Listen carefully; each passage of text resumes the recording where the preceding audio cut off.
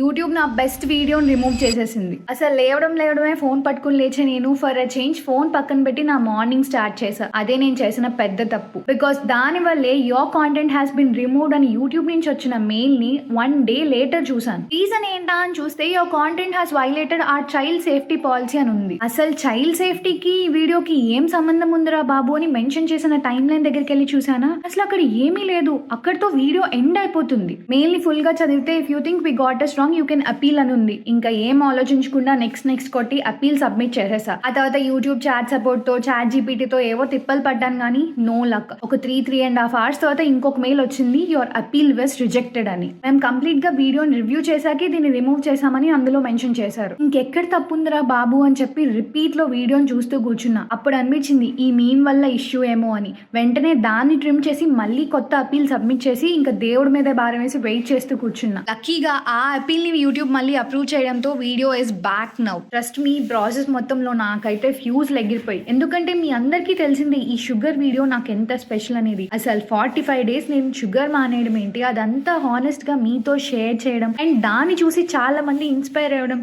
Literally ఇది నా best video and I'm happy it is back again. So వీడియోని interactive గా ఉంచడానికి యాడ్ చేసిన మీమ్స్ ఇలా కొంప ముంచుతాయని అనుకోము కదా. Anyway I thought I share this with you guys. Also మీలో ఎవరైనా క్రియేటర్స్ ఉంటే just be careful with the things. ఇంకా వీడియో చూడకపోతే ఇప్పుడే చూసేయండి, బికాస్ ఎప్పుడు ఎలా ఉంటుందో చెప్పలేం. బాయ్.